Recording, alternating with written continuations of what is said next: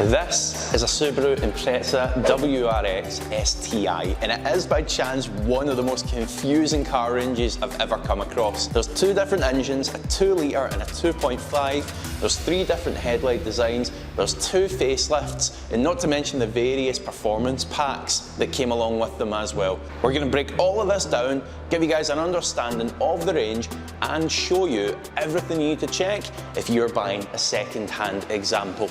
Let's get into it.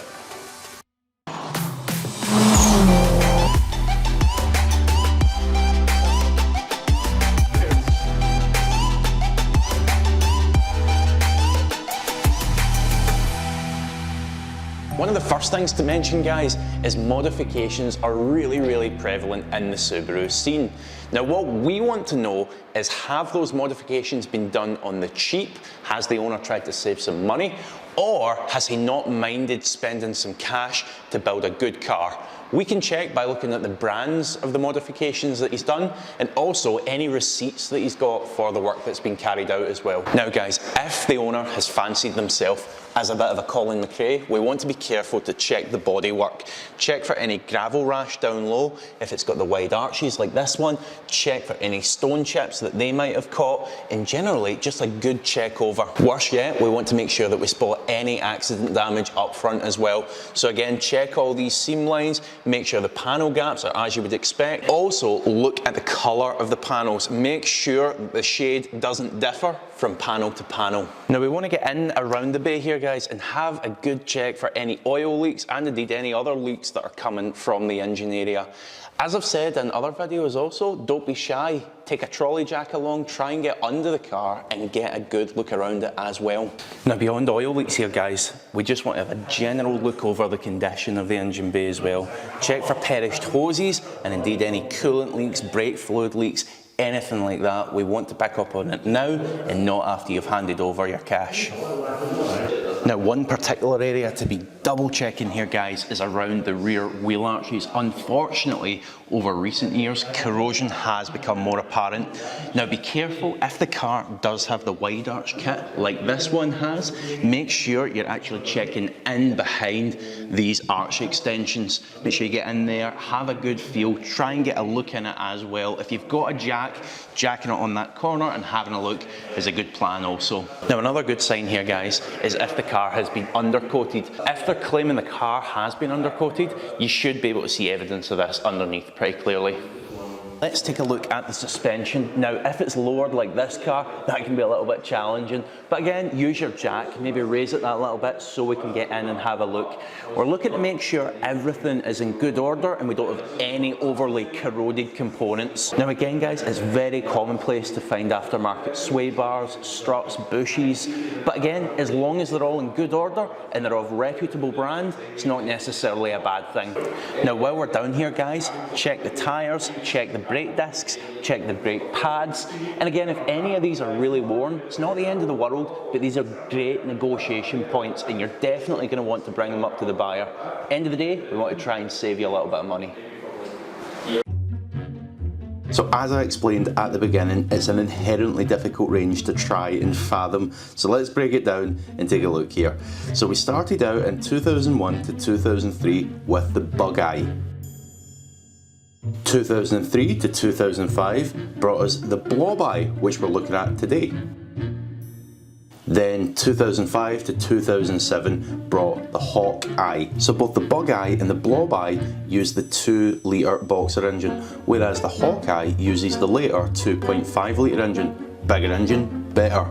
No, wrong. The hawk eye tends to have inherently more problems with it, and ringland failures can be common on this engine. Now while I've got you here, if you're enjoying the content and want to see more used performance buyer guides and reviews of cars just like this, go ahead and hit the subscribe button and turn on the bell notification so you're alerted whenever I make a new upload. If you're not enjoying the content, leave me a comment to say why and how I could do it better. Alright guys, and as we jump on into the interior here, first thing I always say with every car, get a good look at the seat bolsters, the seats themselves, the steering wheel, and what we're looking to do here is make sure that the wear and tear tallies to the mileage that the car has. Now, another thing to note is these cars were loved by thieves back in the day and still are today. So aftermarket alarms can be commonplace as well, and having one is a good thing. It can help reduce your insurance cost.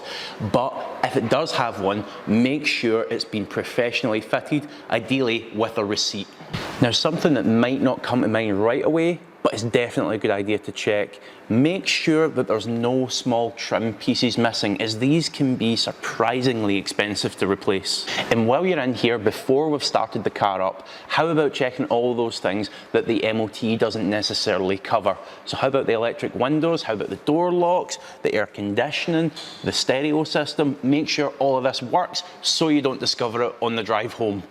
Right guys, so on to the bit that you've no doubt been looking forward to, taking the car for a test drive. Here's the first tip.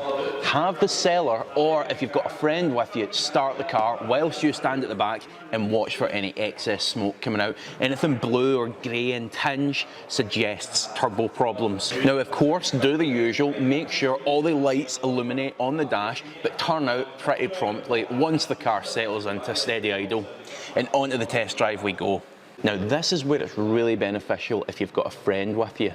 You give it a bit of beans, ideally wide open throttle on an appropriate bit of road, and have your friend watch out the back of the car. And what he or she's going to be looking for is a bluey grey tinge of smoke. Now, if you're getting that, it certainly suggests turbo problems. And again, that's going to be really sore on the pocket, and we don't want that for you having just bought a new car. Some horn. Now, whilst you're on that test drive, guys, something else we definitely want to check that is labour intensive if there is a problem is the clutch and flywheel.